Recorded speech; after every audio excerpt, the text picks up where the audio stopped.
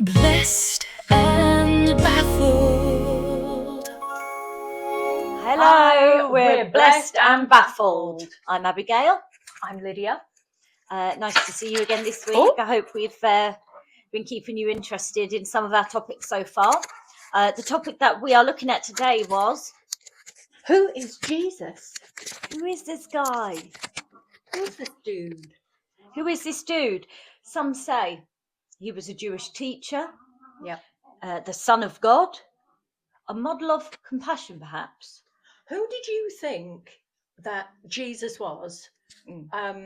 When we go back to our, before we kind of came to faith, when we first sat down and we did the Alpha course. Yeah. Who did you think Jesus was? I thought he was a combination of a mythical character, right, and a wise man. I thought he was a prophet. I thought he was a man. I thought he was a real man, but that he was a prophet. Well, I didn't know. I just heard stories.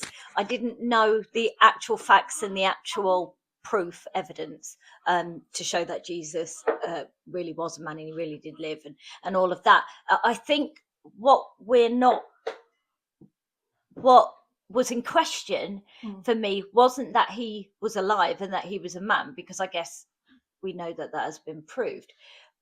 But what was his identity? And that's what hasn't been proved. And that well who he is in the Christian faith. Yeah. So we did ask a few people. Yeah, you've got them on your computer. No, you've got them on your phone. No, I sent them to you. Right. And you've not done it again. It's not that I haven't done it. I just was one busy. Job. I was doing other things. You can't get the staff these days. I was literally doing other things, really interesting things. I thought that you, having your phone, being as we're recording on my phone. Anyway. Now, this is from Hannah, who is a friend of ours. She's a non-Christian. School mum. School mum. Do you want to read this out? Yeah, I can do. Okay. So I think Jesus is a man that just helps to tell a good story and helps with humanity and good morals. Is kind of like a Santa for that kind of area, if that makes any sense. He's like a real person, so makes the morals, etc., more believable.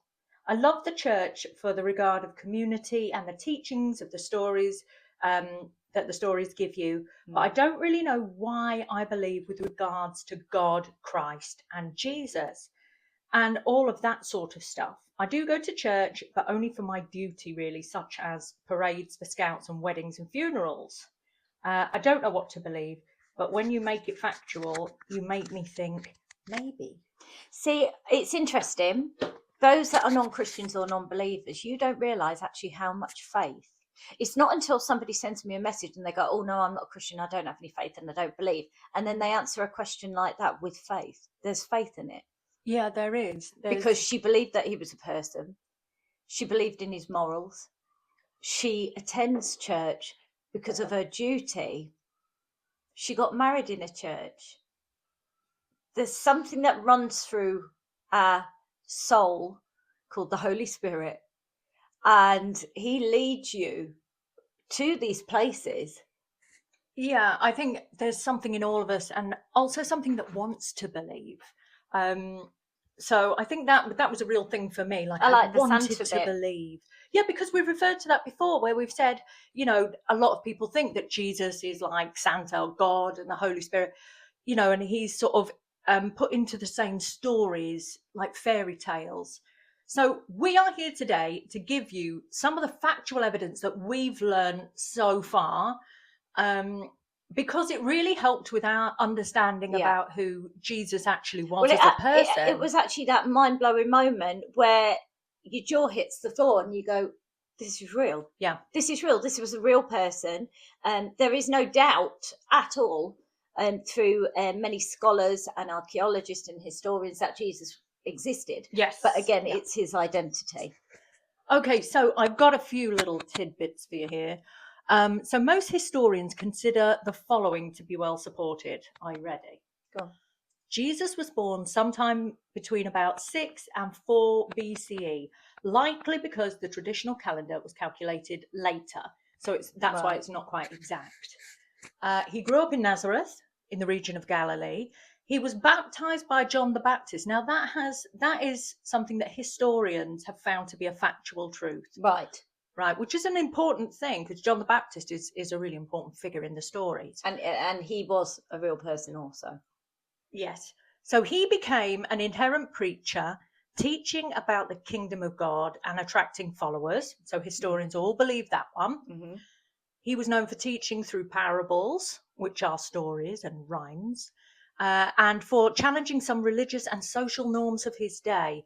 He was crucified under the Roman governor Pontius Pilate, probably around 30 CE. So historians know, so this is a fact, that Jesus was crucified. Yes. Okay. They believe, his followers sincerely believed that they saw him alive afterwards. So that's what historians have said. And Christianity spread rapidly from that. Now, when we get to the Bible, now the Bible is where we find most of our information about Jesus, about his followers, about all these stories of the miraculous things that happened. Yeah.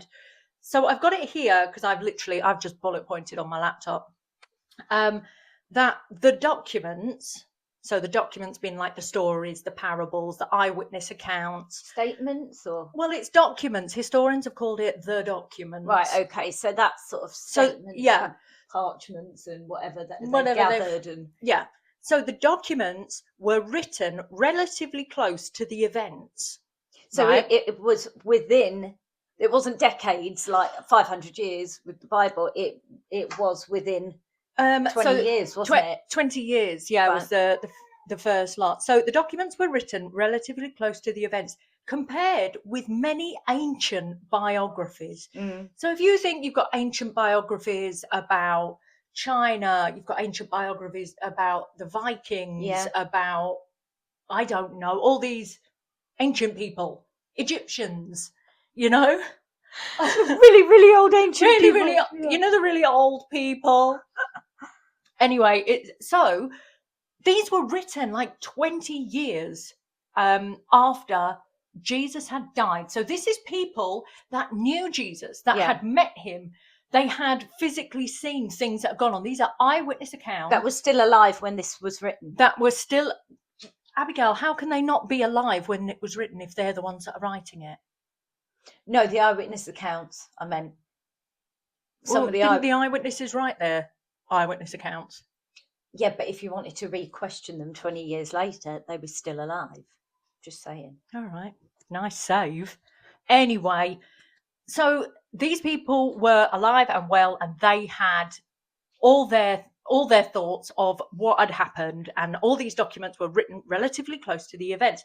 So you compare that to Tutankhamun and other people for ancient people. And they contain multiple accounts of Jesus's life. So that in itself is proof. And his miracles. Yeah, and so that in itself is proof. I mean, you've done history, so what was it? You came across you told me like a number, like what is it considered to be historical factual truth? What do you mean?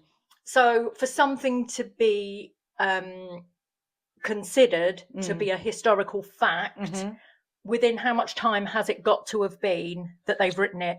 It's normally within under 200 years. Anything older than that is known as kind of ancient, or that kind of thing. So this is within, it's not centuries, it's not ancient, it's not classed as that. It is classed as facts, historical facts, things that happen within a short space of time in the grand scale of things. 20 years is nothing, is it? Yeah, 20 years is I nothing. know 20 years has gone very fast for me. Way too fast. Way too fast. So, we have these actual facts about Jesus and his life. I just want to ask a question actually to people that are watching. If you'd like to write in you can comment on we're on TikTok. Yes, we are. Blessed and Baffled. Or you can send us an email. blessedandbaffled@yahoo.com. We're also on YouTube under Blessed and Baffled. We are. We have a YouTube channel. There's like a theme going on here. It's like Blessed and Baffled, but on everything. So you can comment on any of those things, Spotify even as well. I'd like to know who you think Jesus is.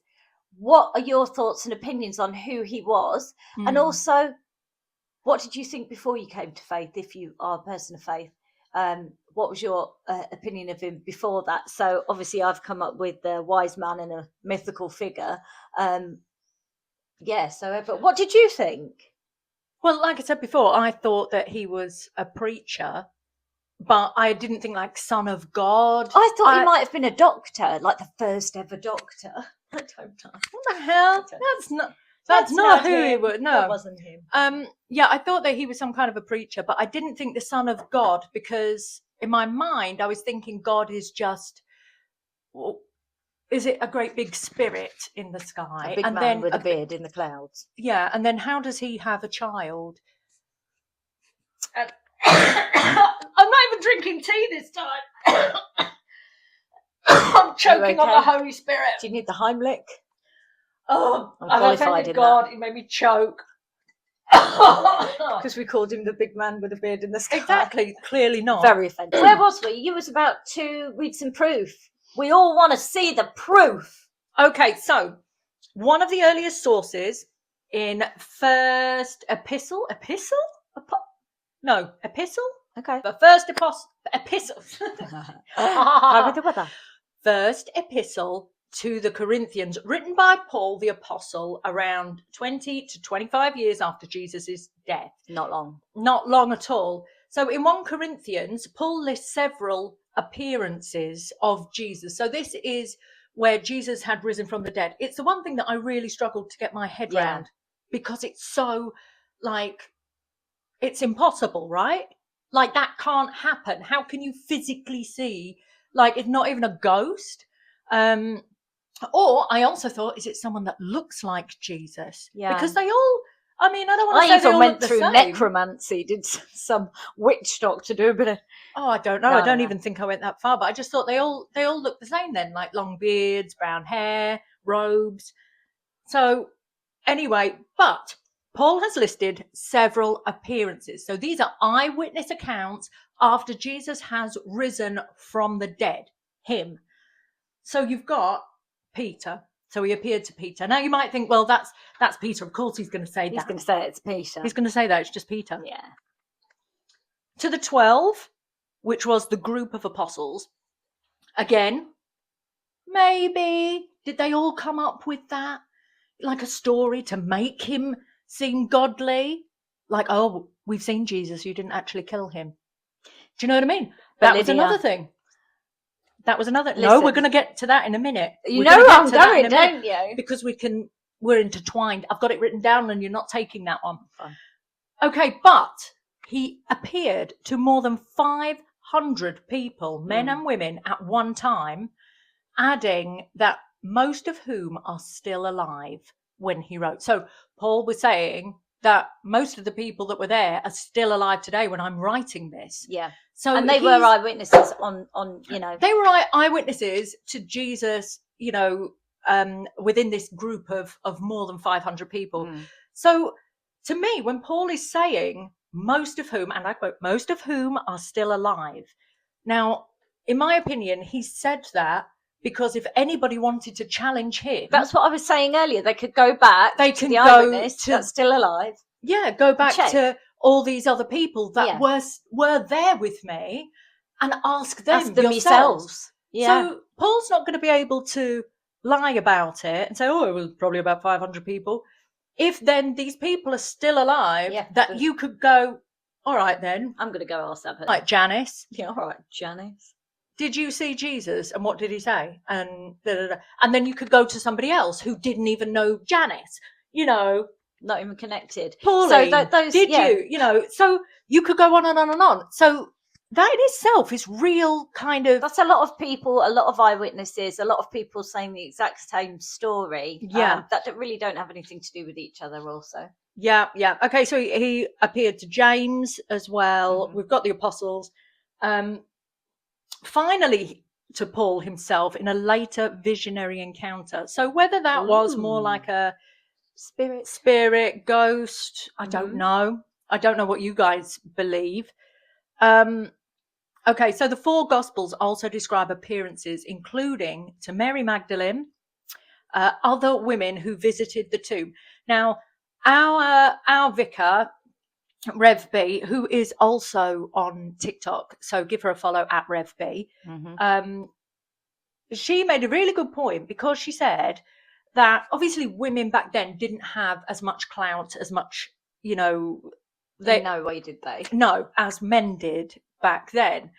And so by Jesus appearing to a group of females, so those that emptied the tomb, that went into the empty tomb, and then he appeared to them, and then they go running back and saying, "We've seen Jesus. He's appeared to us." They'd be, and "Go away, woman!" And to Mary Magdalene, like, he appeared to women first, even though he could have appeared to men and to strong figures. I feel like that might be a bit of a point he was trying to make, a little bit of a, okay, I could appear to men, to apostles, or to someone at the bank, or but someone quite believable and to have a standing in society. Somebody a bank manager, or someone that you might trust. But he just appeared to a lowly group of women who didn't really have much say, or no, they were there to visit the tomb. Yeah. And I do think that's, why wouldn't they change that in the Bible? So when that was written into the Gospels, to make it sound more believable, why wouldn't they have changed it to, instead of Mary Magdalene, he appeared to John first? See, they kept in the fact that he appeared to these women so first. It's quite an important. Yeah, where I'm sure that people are saying, just change it to John, just change it to Andrew, but they kept it. Yeah. Stop interrupting. I can't help it. I've got things to say. They kept it to these women because they wanted it to be factual and true. And that is why I believe that makes that a really good claim for the fact that Jesus had appeared to them. Yeah. I mean, there were Christian copyists that were accused at times of changing things and things like that. But actually, if that was true, then they would have put man went into the cave. A group of very strong men went into the cave. A lumberjack went into the, but they didn't. They just kept it real. Look, it was just a gaggle of women. A gaggle of women? I don't even think we call ourselves that, do we? No, I don't know what I said. Okay, so I've got also 2 disciples on the road to Damascus. Then the disciples in Jerusalem. He appeared to Thomas the Apostle, who initially doubted. That's where we get the doubting Thomas. And 7 disciples by the Sea of Galilee. And that group of over 500 people was actually where Jesus gave the Great Commission, which was in Galilee. So he appeared to hundreds of people who saw him up close, like Thomas, and saw him up close, and they knew that was Jesus. Oh yeah. You'd be able to tell if that was the guy you had been following around, who'd been preaching, who you'd seen crucified, who meant everything to you. You would see him and be like, Jesus, that's Jesus. And he's there and he's preaching the word of God again. And he looks like himself, and he's unharmed. You'd gone mad, wouldn't you? You would definitely think that you'd gone mad. So go on, your turn. Yeah. I mean, I've got a few here going through my studies. So what I have looked at is Tacitus. It's a name people might know, you might not. He's a non-Christian source that I've used here. He was a Roman senator at the time and a historian as well. He wrote in AD 116 in his work Annals, not Annuals, Annals. He described how Nero blamed Christians for the great fire in Rome. Now, Christus, so Christ, Christus suffered, this is what he wrote in the Annals, Christus suffered the extreme penalty during the reign of Tiberius at the hands of Pontius Pilate. Wait, when they spoke about the extreme penalty back then, that actually meant the crucifixion or a crucifixion, proving his execution and death of Jesus, who was called Christus. So he wrote Tacitus. So they called him Christus. So Tacitus wrote about Pontius Pilate, who is proven to have existed and things in those times. Yeah. He also talks about the Great Fire of Rome, blaming Christians. That happened. It happened. Mm-hmm. The extreme penalty, he said, Christ has paid the extreme penalty, crucifixion, proving to historians that that his execution and death happened. He didn't write about his birth, or because there's no. Well, he was a non-believer, wasn't he? He didn't. Yeah, but so he just wrote. So what he happened. was just a historian. He just wrote for what Rome, happened, and he just wrote what happened. Also, Josephus, who was a Jewish historian, AD 93 to 94, he mentioned Jesus twice in his writings, calling him brother of James. In a passage, but scholars believe it could have been altered by the Christian copyists. Pliny the Younger mentions unrest connected to someone called Christus, so they mention it also. Mara bar Serapion have reference. They've written reference to an execution of the wise king of the Jews. Okay, let's just take a breath here for a second, because she does like to ramble on. I just want to get it all in. I know you want to get it all in, but we've still got over half an hour to be talking about this. There was a fly. I'm just saying, I wasn't like doing some weird. If you saw me, I was like, there's this little tiny fly. Teeny weeny. So maybe that's what I choked on a minute ago. Probably. It's come back out. Come back out to get you. So, that fly. I got it! Good for you. I did! I got it, look! Good for you. It's one of my many skills. Mm. Yeah. So we have all of this information, right? Which makes it feel quite real. You're like, okay, this is tangible. Okay. I can almost feel it. And yeah. You can Google this stuff and be like, what? I didn't. Do you believe in the wind? Ooh, now she's getting philosophical. Just because you can't see the wind doesn't mean it's not there, because you can feel it, and that is... You can see it in trees when it moves. But then, you know, we are... That kind of reminds me of God, how I feel about God. Yeah. Like, I can feel him. You can feel him, you can hear him, you can sense... I guess you can see what he does. Yes, exactly. Well, that's what I'm saying. But you know what I mean? He's not just there, is he? Like, hey, I'm God. Hey, woo, I'm God. Don't, because you'll make me choke again. All right, so we've given you some of the historical stuff. Have you got anything else you want to add? I have many things. Of course she does. Of things. Guys, pull up a chair while we get delve. Cozy. While we delve deep into the historical evidence of Christianity. What do you all think to eyewitnesses? Do you think that they are a trusted, valuable source to reference? I mean, if we look at something awful, a murder out in the street after a nightclub was closed. There's 500 people. Some know each other from around town. Some might be related. Some have just gone to party, don't know anybody. Okay, so that's the situation we're looking at. Somebody gets stabbed. Okay. Outside the nightclub. Yep. Everybody sees it. But they all see their own version or their own angle, depending where they were stood. Depending, do you know what I mean? Yeah, yeah. So then you're the investigating police officer. Right, yeah. I could do that. And you're taking statements from 500. But there's no knife on the scene. They can't see it. Yeah. Right?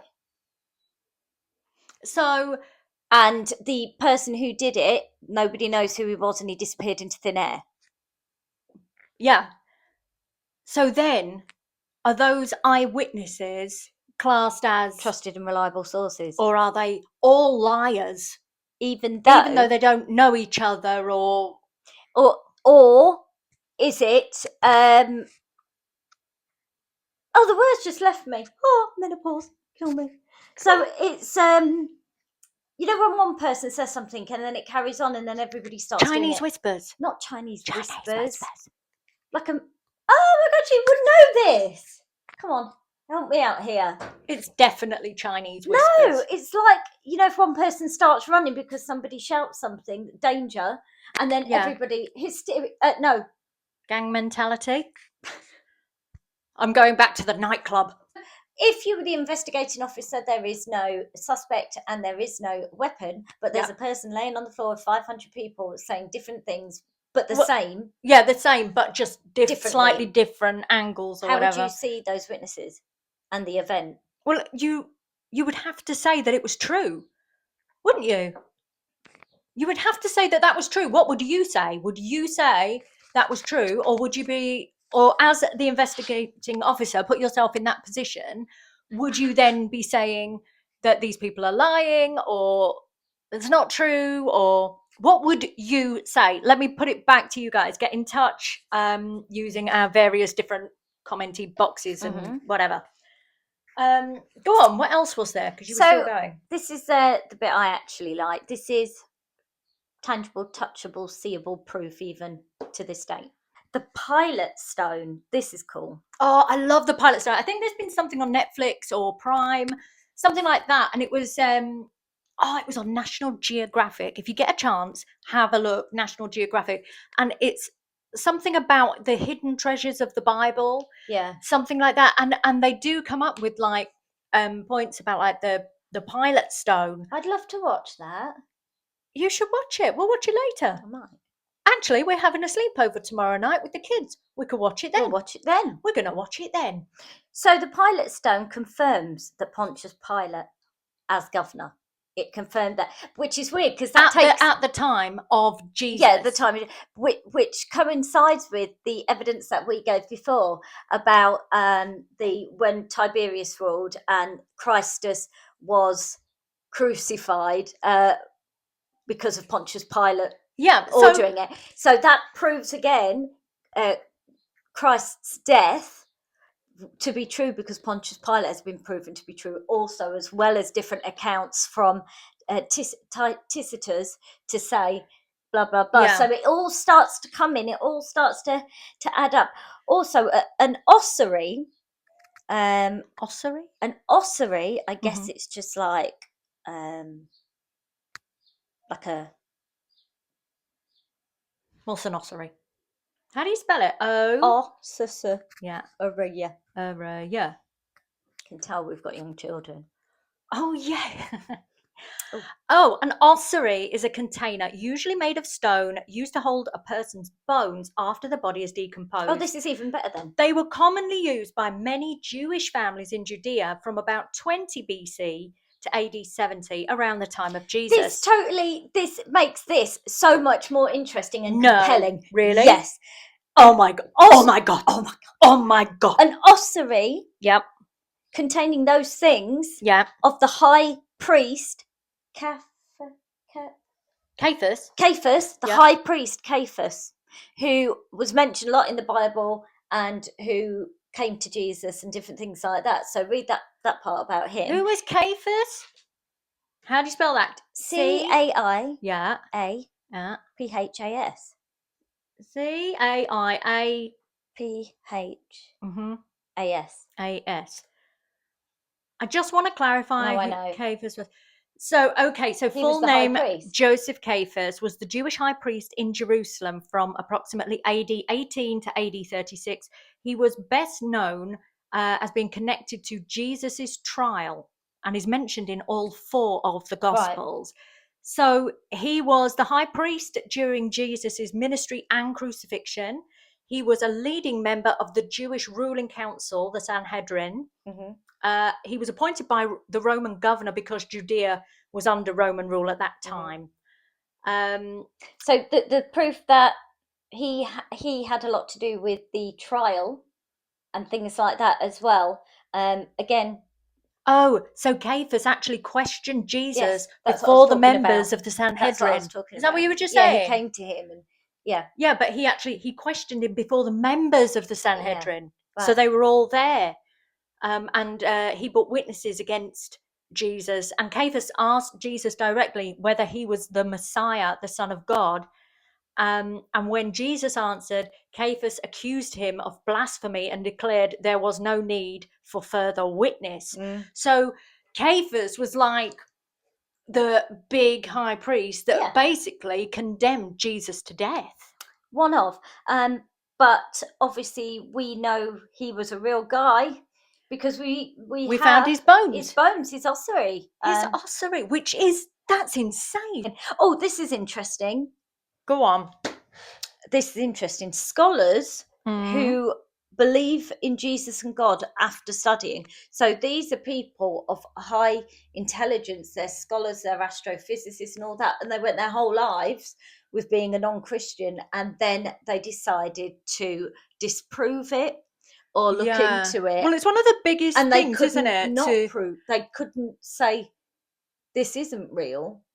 They couldn't. But they couldn't say it is. It is, but that's where your faith lies. Science and faith, it's all going hand in hand at the minute. Really does. Actually, I've got something on that somewhere. So Werner Heisenberg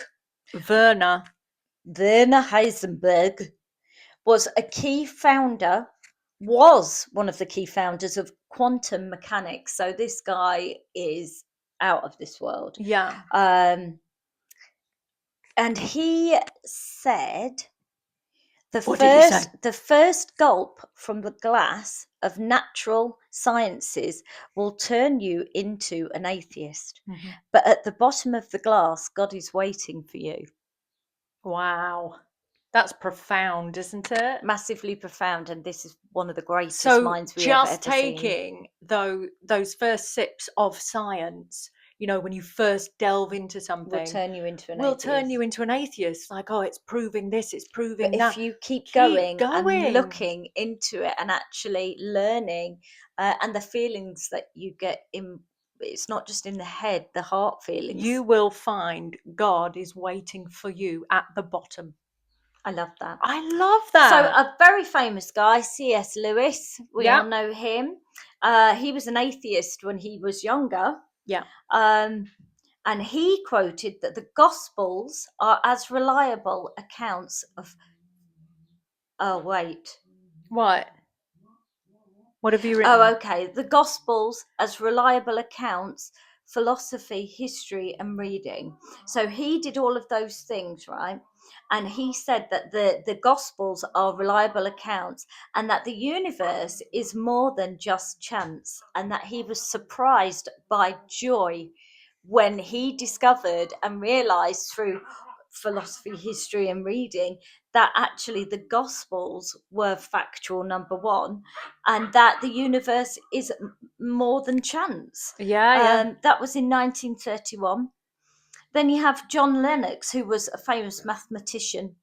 He became a Christian after years of study, science and faith, and he was from Oxford University. Another great mind. It's amazing to me because, a lot of people just assume that people who believe in Christianity, who believe in Jesus Christ or an all-powerful God, are away with the fairies, who aren't very intelligent, who are making it up. No, these are huge names. Sir Isaac Newton studied the Bible intensely and really did believe that Jesus, because we know he lived, but Jesus really was the Messiah.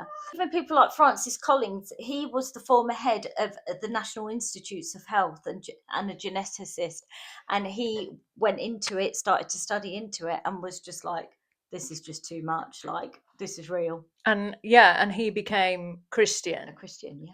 That's Absolutely insane. Oh, I've got a quote actually from Nathan, who we heard from last week as well. Hi, Nathan. Hey.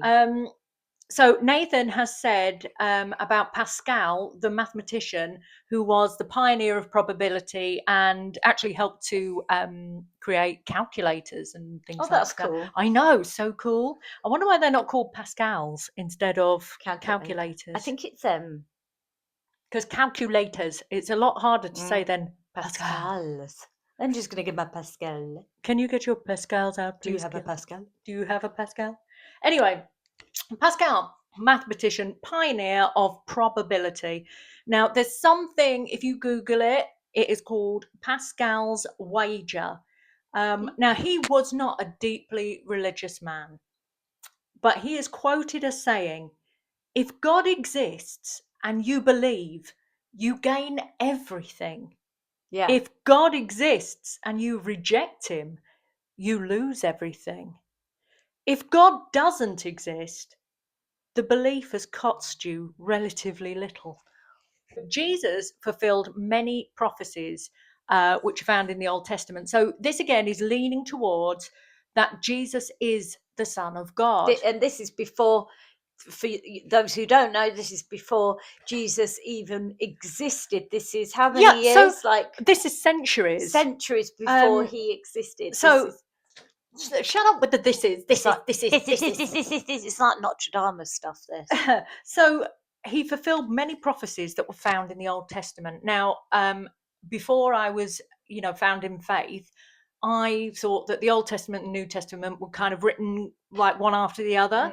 But the Old Testament was actually centuries before, so hundreds of years before Jesus was even there. And So that's like Moses, Abraham, all Noah. Right. So and Jesus, when he was born, this is the Bible that he studied. Yeah, because that's what and the stories had, that he told. Yeah. So anyway, he fulfilled these prophecies found in the Old Testament. Now, the exact number varies depending on how prophecies are counted and interpreted. Some Christian writers say that there are over 300 fulfilled prophecies. Okay, so here are, I've got some of the most commonly cited examples. All right. So the Old Testament prophecy, and this is one that you could never even fake, because like some of them, Jesus could have read it in the Old Testament and gone, oh, I'm going to do that, or I'm going to go there. Right. Do you know what I mean? To fulfill a prophecy. Yeah, because some people might look at that and say, well, of course he fulfilled the prophecies. He read the Old Testament. He was reading the Old Testament and like, I'm going to start my church here, or I'm going to fulfill these prophecies. And then, well, this one is going to knock it out the water. Are you ready? So in the Old Testament, the prophecy says in Micah 5:2, the Messiah will be born in Bethlehem. Now he couldn't choose where he was going to be born. Jesus had no idea about where he was going to be born. He couldn't choose that. No way. Out of anywhere. 200 years later, Jesus was born in Bethlehem, as said so in Luke 2 and Matthew 2. Okay, so that one just kind of like that for me. I was like, wow. So Old Testament again, he was born of a virgin. Isaiah 7:14. And then Matthew and Luke both describe Jesus' birth to the Virgin Mary. Okay, another thing here. So Old Testament prophecy, he was descendant of King David, right? So the Messiah will be the descendant of King David. And the Gospels trace Jesus's lineage to King David.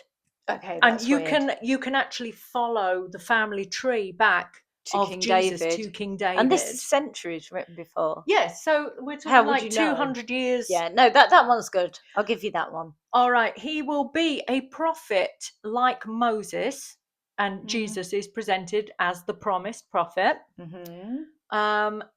His ministry will begin in Galilee. Jesus began his first preaching in Galilee. But again, that's something he could have read. I like the ones that are like... The true. Yeah. Right. He will enter Jerusalem on a donkey, and then Jesus enters Jerusalem riding a donkey on Palm Sunday.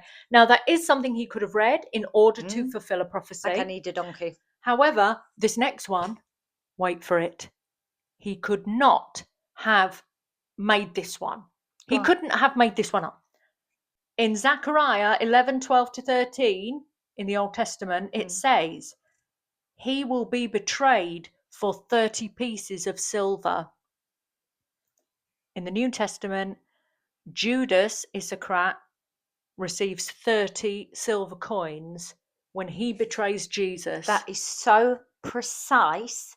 Now, that was written in the Old Testament centuries before. Judas betrayed Jesus for 30 pieces of silver given 200 to years him later. by the Romans.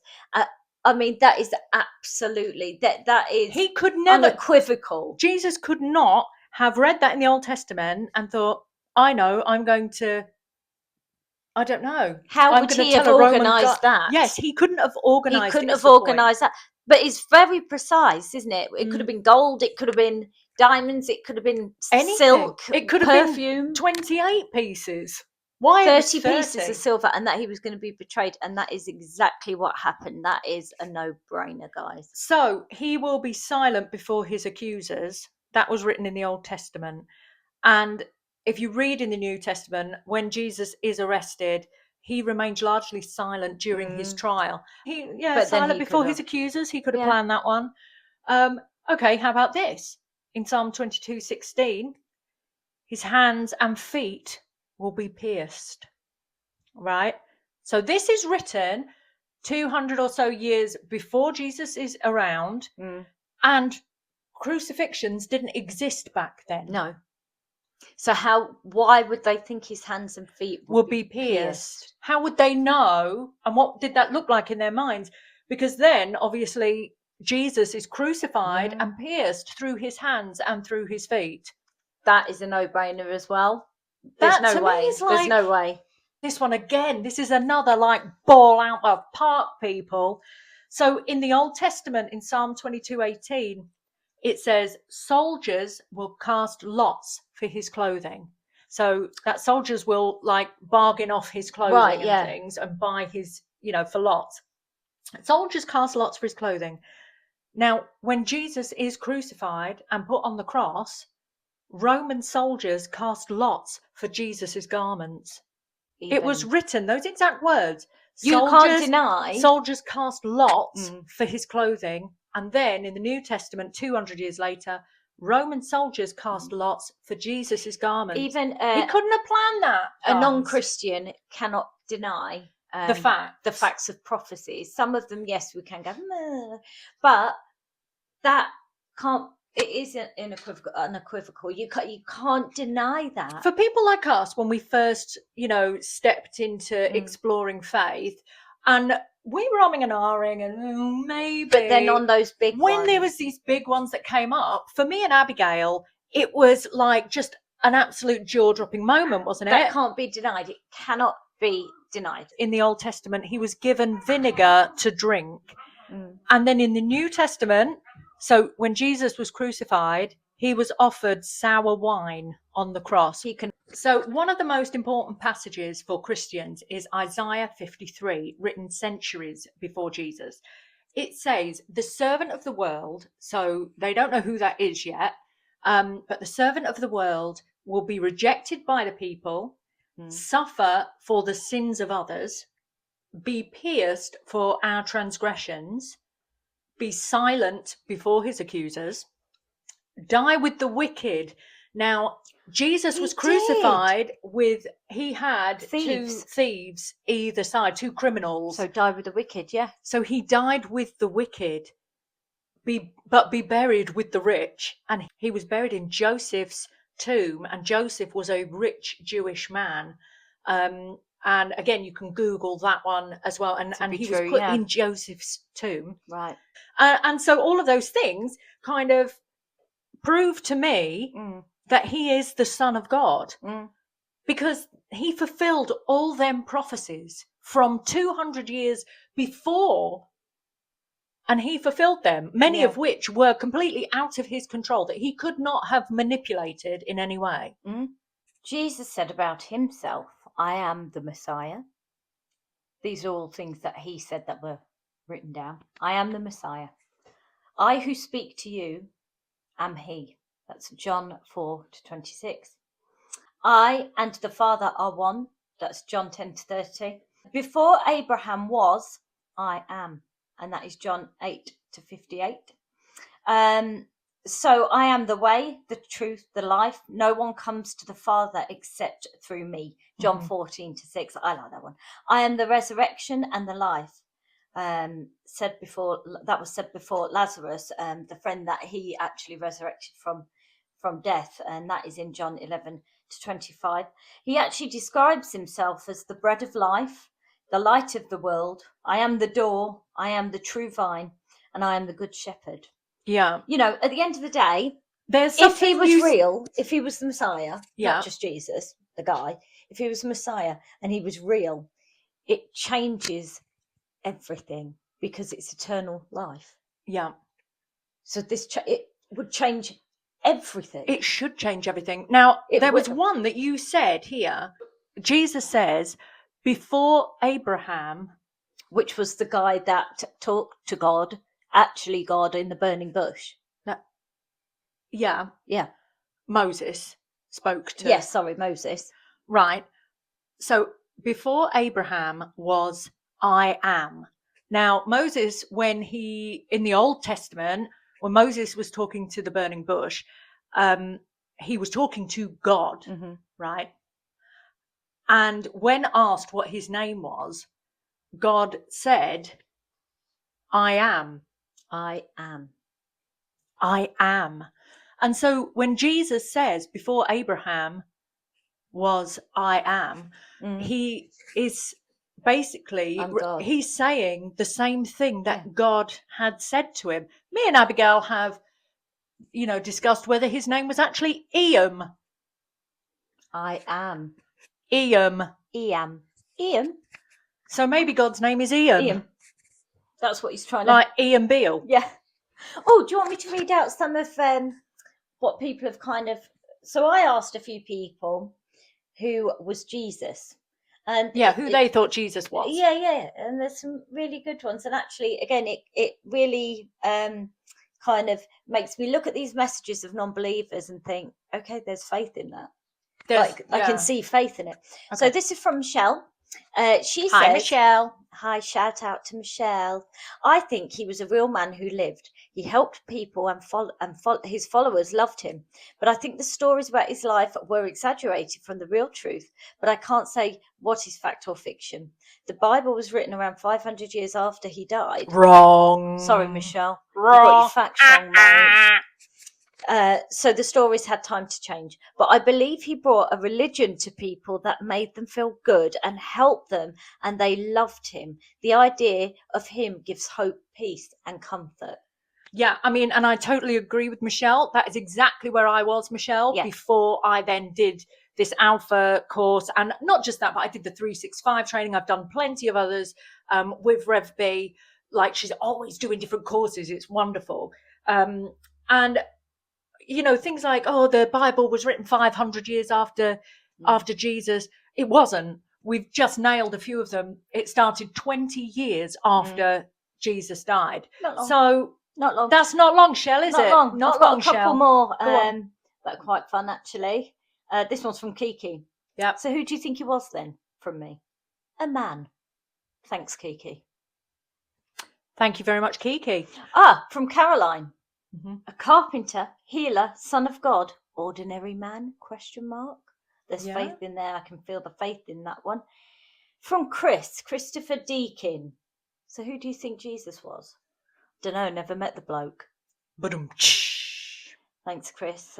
Thank you for that, Chris. I'm hoping, from this sort of podcast that people like Chris, like Kiki, like Michelle, people who don't really know anything about Jesus, like the historical points, will be able to listen to some of these points that we've and be like, okay, I can't disprove that. I can't say yes or no, but that's really compelling. So, like, what Yeah, like you can't disprove those facts there. Also, did you know that things about Jesus, like the story of Moses, for example, is not only written in the Bible, but it's also in the Quran and it's in the Torah, almost word for word.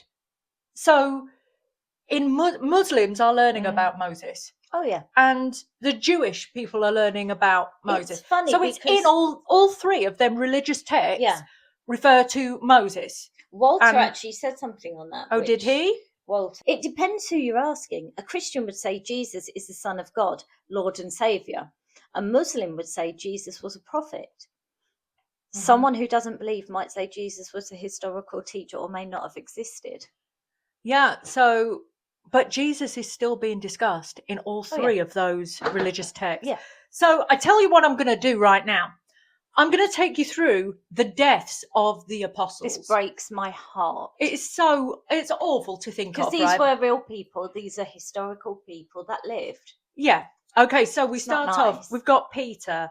So Peter was crucified in Rome, and he was crucified upside down. Now, he was tortured beforehand, and all of these things were done because it's to do with the denying their beliefs, right? All they had to do was deny Jesus. And say he wasn't real. He wasn't real, or we didn't see those he miracles. was just a man. We didn't see the miracles. They He never didn't- happened. Yeah, he's but not these the people Messiah. actually saw these things. So Peter was crucified in Rome upside down. Paul was beheaded in Rome. So Again, he this couldn't is deny. after they've been, beaten with rods and things like that. James, the son of Zebedee, this is Big James for those who watch The Chosen, was executed by the sword in Jerusalem. Andrew the Apostle, crucified in Greece. Thomas was speared to death in India. And that is Thomas the Doubter. and even he in those moments couldn't lie. Right, let me get to that bit. I know it just breaks She my heart. just likes to rush ahead. After Thomas, we've got Philip. He was crucified and hanged. Now, Bartholomew, I hate this one. This one really hurts. So he was flayed alive. For those of you that don't know, that means skinned alive. I thought you were saying filleted. Filleted. He wasn't filleted. He was flayed alive. So he was skinned alive. Then he was beheaded and crucified. Right? Matthew was killed while preaching. Oh. His methods vary by tradition. James the Less, this is little James, for those of you watching The Chosen. He was thrown from the temple, the pinnacle of the temple. They threw him off the top and he didn't die. So then they stoned him and then they clubbed him. Simon the Zealot was sawed in two. That's awful. Jude, These are people. These are just people. Jude the Apostle. I believe Jude is the one that took Judas Iscariot's place after Judas had done all that. He was clubbed and killed with an axe. I know. And then John the Apostle is the one that was loved. He's written in the Bible as been loved most. He was a favourite. He was the teacher's pet, wasn't he? Yes, he was. He died of old age after he was exiled on the island of Patmos, which is actually where he wrote Revelations. Yes. Happy ending. Happy ending. Now, I've That's actually brutal. I know it is brutal. I've actually got a quote from Mel Gibson, the actor, right? I haven't personally got this quote, but we rang Mel. I rang Mel, Gibson. Mr. Gibson, and we're on first name basis. We got a bit pally, and he just said this to me, and I thought I'd let you guys know. We'll let you in on it. We'll let you in on what he said. Name drop Mel Gibson. Anyway, he said, I regard the Gospels as history. It's verifiable history. There are other historical accounts outside the biblical ones that also bear this up, right? And the other aspect of this is that the apostles who went out, so he's talking about Peter, Paul, James, Andrew, all them that I've just mentioned. The apostles who went out, every single one of those guys died rather than deny their belief. And nobody dies for a lie. Nobody. And I was That's just so powerful, because at the end of the powerful. day, He's so right. These people saw what they saw. They knew what they knew. They couldn't deny it because they knew. Because they'd seen it and It they was knew the truth. it. So they knew they was about to be filleted and sawn in two. They were beaten. Just say that he doesn't exist. They knew deny this was him, about to deny happen, him. and they could save themselves by lying and saying, "Nah, it was all a fake." Yeah. But they couldn't, because they'd seen it and they knew that this happened. They spent years with him, and they knew. Like Mel Gibson, friend, our pal Mel, has just said, Nobody dies for a lie. Nobody. Nobody. So imagine if they were lying and they made all this up with Jesus, right? And then in them last minutes they say, we're going to saw you in half. You'd be like, no, okay, it was a fake. lie. It was It just was a all a lie. lie. It was a lie. We made it up. So these people have electedly died horrific, deaths. brutal deaths. One of them was because boiled in oil as because well, you know. I They think it was knew John. the truth and they wouldn't deny the truth. They refused to deny Jesus because they knew he was the Son of God. And it was right? real. What I've got on here is oh no, actually before that, you're going to tell us about your everyday faith. Yeah, I've not got much, but I always look at like those text messages and people's answers, and I think there's elements of faith in there that people don't even realize that they've got. You know, so Christian, non-believers, etc., do things on faith every single day, and you don't realize. For example, flying, right? When you get on a plane, do you know how it works or how it stays in the air? No, not really. But do you still get on the plane and know it's going to fly and stay in the air? Well, I hope it stays in the air, but of course you get on the plane. So you get on something that you don't know anything about and you don't understand it at all. Yeah. And it's going to go thousands of feet in the air. In a big metal tin can. Yeah, but you still get on it and you still fly, even though you have no idea about how it works. That's faith right there. Who's been on an aeroplane? Me, and I'm going on one soon. A computer even, right? Okay, go on. Sorry, I just came up with I thought she was finished. No, I came up with these little sort of profound things on faith, and I'm like, people don't realise they live with faith every day. You know, what's more logical to people, right? Think about this. Well, I don't have to think about it because I told you this. This is something. Oh, yeah, it's quoted by Lydia. It's written down. See, it's actually written by me. I thought I knew something she didn't. That nothing created the universe, right? So is this more logical to you? Nothing created the universe, or that something did create it? Right. This is what I'm talking about. What is more logical to you? That nothing created this whole universe, or that something did create it? We put that to you, good people. We put it to you. Yeah, bring in your answers to that as well. Anything that we've questioned or anything like that, come at us. We would absolutely love to hear from you. We are trying to pick apart the Bible. We are trying to pick apart our faith and our belief, and we are confused as you are. Hence the title, Blessed and Baffled. So there are 3 points here that we've got from that we picked up from our Alpha course, actually. Nikki so Gumbel, either Jesus knowingly lied, right? Jesus was a nutcase and he believed he was divine, so he was insane. So he was just a crazy man, right? Or Jesus really was who he claimed to be. The best explanation after all of this, with all these people that have died without denying their faith, you know, all this, the best explanation is that Jesus truly is who he claimed to be, the Son of God risen from the dead. Yeah. I mean, message us if you have. Was that a mic drop? It was a mini mic drop. Was that a mini mic drop? Yeah, so please get in touch with us. Yes, do. Quickly, I just want to let you know we are on YouTube, we are on Spotify, we are on, where else are we on? TikTok. We're on.